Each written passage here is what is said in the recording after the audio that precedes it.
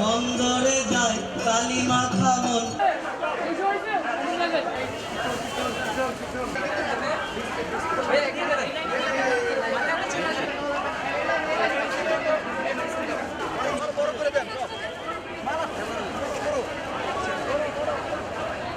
আমি নাজমুল হাসান সোহাগ, আমি ঢাকা ইউনিভার্সিটির একজন শিক্ষার্থী, সাবেক শিক্ষার্থী।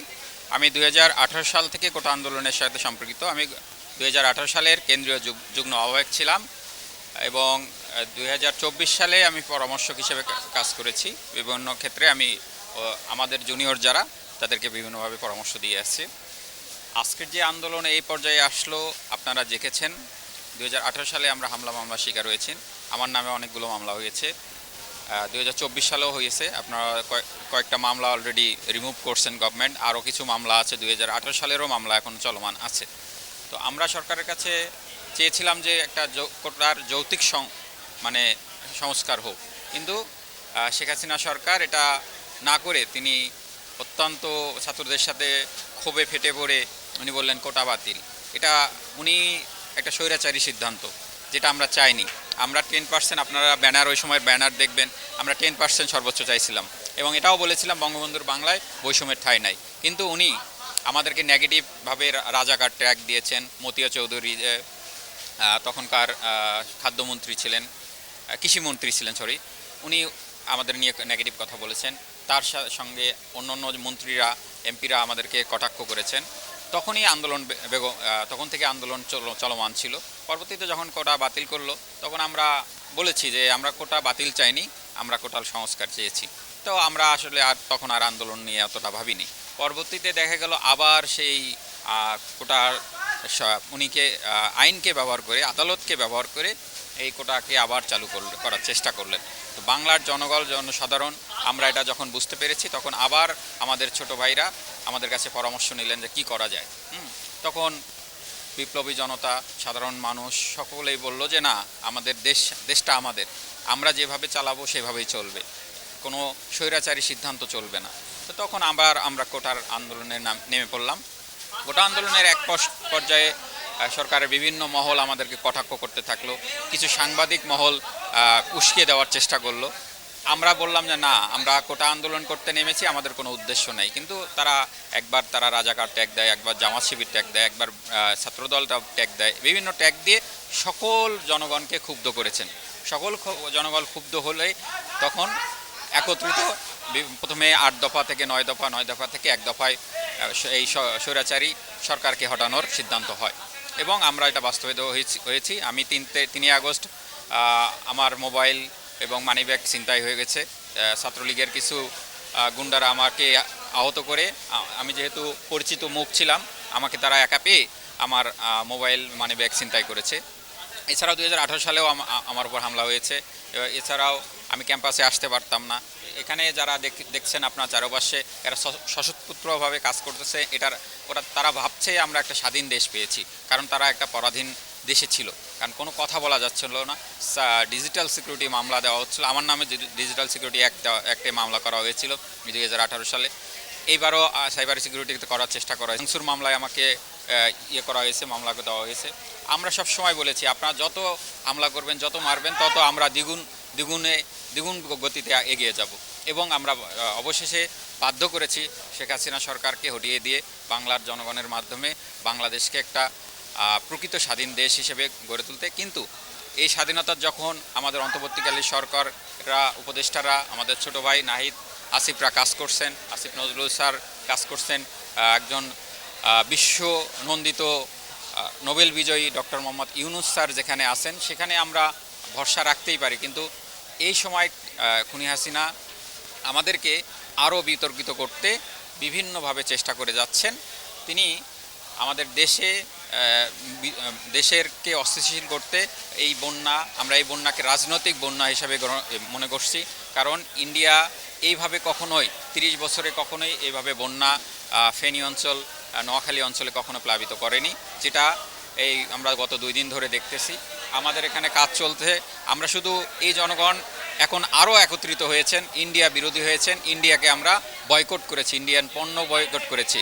এটা ফল ইন্ডিয়ান লোকরাই পাবে, কারণ তারা আমাদের দেশকে ক্ষতি করতে চেয়েছে এবং এখানে আমাদের ছাত্র জনতা আরও একত্রিত হয়েছে, আরও ইউনাইটেড হয়েছে ভারতের বিরুদ্ধে। আমরা চাই যে অতি সত্বর আমাদের যে ইন্টারন্যাশনাল আইন আছে, সেই আইন অনুযায়ী আমাদের ন্যায্য হিস্সা অনুযায়ী আমরা যেন পানি সুবিধা পাই এবং তারাও অর্ধেক পাক, আমরাও অর্ধেক পাই। এখানে তারা বাদ দিয়ে তারা পুরোপুরি নিয়ে নেবে এবং গ্রীষ্মকালে আবার বন্ধ করে দেবে, এটা কখনোই হবে না। তারা আমাদেরকে তো সতর্ক বাণী করতে পারতেন যে আমাদের দেশে পানি এটা বাড়তেছে, আপনারা একটু সতর্ক হন, আমরা বাদ ছেড়ে দেবো বা এরকম কিছু। তারা না ছেড়ে দিয়ে আমাদের ক্ষতি করেছেন। তো আমরা এই মোদি সরকারকে আগেও বয়কট করেছি। মোদির জন্য আমরা এখানে দেশে মোদি হটাও হিসাবে আমরা এই দেশে যখন মোদি আসতে চেয়েছিলেন তখন আমরা আন্দোলন করছি। আমার ছোট ভাইরা, আমি তখন জেলে ছিলাম, তখন ওই সময় আমার বন্ধুরা, ছোট ভাইরা জেলে তার আন্দোলন করার কারণে এই সরকারের, রাষ্ট্রীয় সরকারের মদদে মামলা হওয়ার কারণে তারা জেলে ছিলেন। তো আমি চাই বাংলাদেশের মানুষজন আবার স্বাধীন হোক, যে পাকিস্তানে যে প্রেতাত্মার কাছ থেকে 24 বছরের অন্যায় শাসন থেকে মুক্তি পেয়েছে, আবার ভারত যেন কোনোভাবেই আমাদের দেশে জেগে বসে না থাকতে পারে। সেই দিক দিয়ে আমি সকলকে চাই আপনারা একত্রিত হন, কাজ করুন এবং বন্যার্তদের সহায়তা করুন। আমরা আবার শুনতেছি তিস্তার ওই পারেও বিপুল পরিমাণ পানি জমেছে, ওইদিকেও এরকম একটা সম্ভাবনা আছে বন্যার। ওই দিকের মানুষদেরও বলবো আপনারা সতর্ক থাকুন এবং দেশবাসী যারা দেশে বিদেশে আছেন সকলকে বলবো আপনারা রেমিটেন্স পাঠান, দেশের কাজে হেল্প করুন। এবং এই আন্দোলন করতে যে বিদেশিরা যে 57 জন দুবাইয়ে আটক আছেন, আমি চাই অন্তর্বর্তীকালীন সরকার দ্রুত তাদেরকে মুক্তির ব্যাপারে কাজ করবেন এবং আরও যারা বিভিন্ন মালয়েশিয়া আছেন, মালদ্বীপে আছেন, বিভিন্ন জায়গায় বন্দী আছেন, তারাও যেন অতি সত্বর, কারণ ডক্টর মোহাম্মদ ইউনূসের একটা বিশ্বব্যাপী সুনাম আছেন, উনি বললে অতি দ্রুত তাদেরকে মুক্তি দেবে। আমাদের বৈষম্য বিরোধী ছাত্র আন্দোলনে সকলে ঐক্যবদ্ধ হয়ে আমরা আন্দোলন করেছি। এখানে বিভিন্ন দল মতের থাকতে পারে, হ্যাঁ, আমি এটাকে উড়িয়ে দিচ্ছি না, তবে আমরা বৈষম্য বিরোধী ছাত্র আন্দোলনের মহিম উদ্দেশ্যই ছিল কোটা আন্দোলন, বাংলাদেশকে বৈষম্য মুক্ত করা এবং বাংলাদেশের যেসব ক্ষেত্রে ঘুষ দুর্নীতি আছে এর বৈষম্য দূর করা এবং একটা মানে সকলে যেন সমান অধিকার, স্বাধীনতা ভোগ করতে পারে, মত প্রকাশের স্বাধীনতা থাকতে পারে, সেইভাবে সাংবিধানিকভাবে চলতে পারে, সেজন্য আমরা কাজ করে গেছি। এবং এক্ষেত্রে বিভিন্ন আপনারা দেখছেন বিভিন্ন জায়গায় অনেকে পদত্যাগ করছেন, তারা দালাল, তারা ভয়ে পদত্যাগ করছেন। তাদের দুর্নীতি যখন বের হয়ে আসছেন, এতদিন তারা 18 বছর ধরে তারা আমাদেরকে নিষ্পেষিত করেছেন, এই জন্য তারা ভয়ে, জনগণের ভয়ে, ছাত্র জনতার ভয়ে তারা পালিয়ে যাচ্ছেন দেশ বিদেশে। আপনারা অলরেডি দেখছেন, দরবেশকে দেখছেন, তার দাড়ির মধ্যে কোনো ছিল না, তিনি এটাকে সেজেছিলেন যে এক ধরনের ভণ্ড বাবা হিসেবে, এটা অলরেডি জাতির কাছে প্রমাণিত হয়েছে। এরকম ভণ্ড দরবেশ বা যে বাংলাদেশের অর্থনৈতিক খেকো লোক আর দেখতে চাই না। আমরা চাই আগে যৌক্তিকভাবে সব ক্ষেত্র বৈষম্য মুক্ত হোক, এটা যতদিন লাগে আমরা কাজ করে যাব। তবে আমরা অলরেডি বিভিন্ন সংস্থা তাদের কাজকর্ম করছেন, তাদেরকে ছাত্রছাত্রীরা হেল্প করছেন, নট তারা করছেন কাজ, তাদেরকে হেল্প করছেন, তাদের সাথে থেকে হেল্প করছেন। এখানে তারা স্বতঃস্ফূর্তভাবে কাজ করছেন। আজকে এখানে দেখেন টিএসসিতে যারা আসছেন তারাও বিভিন্ন স্কুল, কলেজ, বিশ্ববিদ্যালয় থেকে, শুধু আমাদের ইউনিভার্সিটিরই না, বাইরের বিভিন্ন ইউনিভার্সিটি থেকে তারা স্বতঃস্ফূর্তভাবে কাজ করছেন, দেশ বিদেশ থেকে বিভিন্ন ত্রাণ পাঠাচ্ছেন এবং তাদের আর্থিক সহায়তা করছেন এবং সেটা স্বতঃস্ফূর্তভাবে সকলে অংশগ্রহণের মাধ্যমে ডিস্ট্রিবিউশন করা হচ্ছে। সবাই ঘোলা পানিতে মাছ শিকার করতে চায়, এটা আমাদেরকে সতর্ক থাকতেই হবে। সকলেই যে সমান এমন না। আমি আপনাকে একটা তথ্য দিতে চাই, সেটা হচ্ছে আমি 3 তারিখে 3 দিন আগে, মানে ডেটটা আমার সঠিক মনে নেই, তবে সচিবালয়ে আমি তখন ছিলাম। তখন আমি এক উপদেষ্টার রুমে ছিলাম। তখন দেখা গেল তিনজন ছাত্র প্রতিনিধি আসলেন যারা এইচএসসি পরীক্ষা দিবে না বলতেছে এবং তাদেরকে বলা হলো না, আমরা তো অলরেডি জানাইয়ে দিয়েছি, শিক্ষা উপদেষ্টা অলরেডি জানাইয়ে দিয়েছেন আপনাদের 50 মার্চে পরীক্ষা দিতে হবে এবং 2 সপ্তাহ পর আপনারা যদি আরও 2 সপ্তাহ চান সেটা আমাদের বিবেচনা করা যাবে, কিন্তু আপনার পরীক্ষা দেবেন, অটো পাস হিসেবে বিবেচিত হবেন, এটা তো আপনারা জাতির কাছে আপনার ভালো জাতি হিসেবে প্রমাণিত হবেন না। তো আমরা অনুরোধ করেছিলাম, তখন তারা বললো ঠিক আছে স্যার, আমরা নিচে যেয়ে কথা বলছি। তো ওনারা নিচে যেয়ে কথা বলে তাদেরকে দমাতে পারেনি।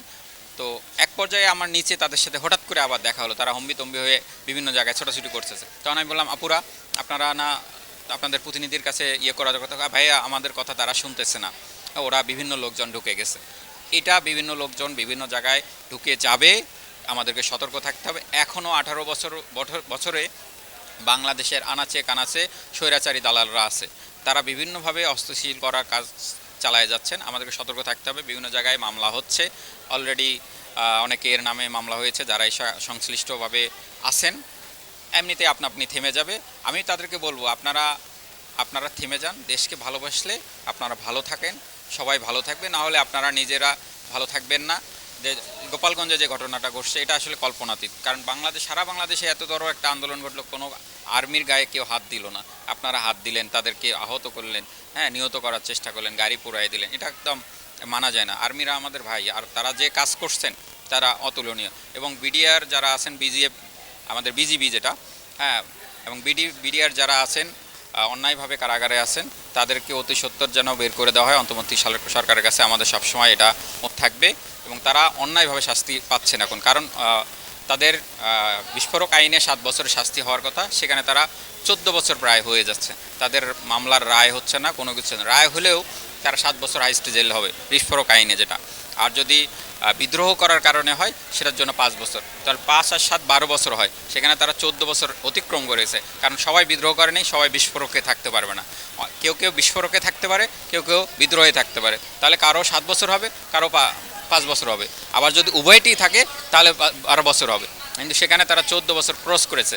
তাদেরকে অতি সত্বর বের করে দেওয়া হোক, তাদেরকে বাংলাদেশে আবার পুনর্বাসন করা হোক। তাদের যে ক্ষয়ক্ষতি হয়েছে, আমি তাদেরকে জেলে দেখে এসেছি, তারা কত কষ্ট হয়েছে, তাদের ফ্যামিলিরা বিভিন্ন জন মারা যাচ্ছে, তারা মুক্তি পর্যন্ত দেখতে পাচ্ছেন না। ধন্যবাদ।